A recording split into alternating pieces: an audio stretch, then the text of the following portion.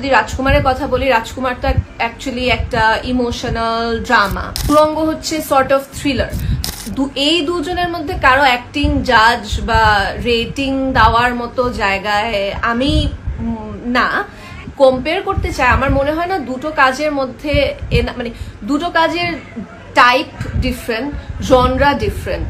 যেমন আমি যদি রাজকুমারের কথা বলি, রাজকুমারটা অ্যাকচুয়ালি একটা ইমোশনাল ড্রামা, সুরঙ্গ হচ্ছে সর্ট অফ থ্রিলার।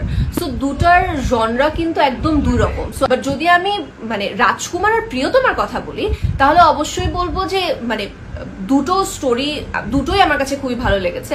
তবে রাজকুমারে আসলে শাকিব খান যে কত বড় মানে কত ভালো একজন অ্যাক্টর এটা প্রমাণ পেয়েছে। স্পেশালি যেই সিনটাতে ওনার মায়ের সাথে দেখা করতে যাওয়ার ওই সিনটা, আই থিঙ্ক যারা যারা দেখেছে সবাই ইমোশনালি কানেক্ট করতে পেরেছে।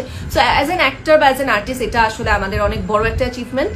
আর নিশো ভাইয়ের কথা যদি বলি, নিশো ভাইয়ের সাথে যেহেতু আমার পার্সোনালি কাজ করার সুযোগ হয়েছে বা আমরা একসাথে অনেকগুলো কাজ, খুব বেশি না বাট কাজ করেছি, সো আমি তো জানি আসলে উনি কি ধরনের অ্যাক্টর।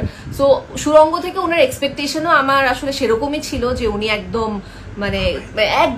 মানে দুর্দান্ত কিছু একটা করবে এবং উনি তাই করেছে। প্রিয় দর্শক, ভিডিওটি যদি ভালো লেগে থাকে তাহলে অবশ্যই এই ভিডিওতে একটি লাইক দিন আর সাবস্ক্রাইব করে রাখুন নতুন নতুন ভিডিওর আপডেট পাওয়ার জন্য। আর চ্যানেলটি ভিজিট করে দেখে নিন পুরাতন সব ভিডিওগুলো।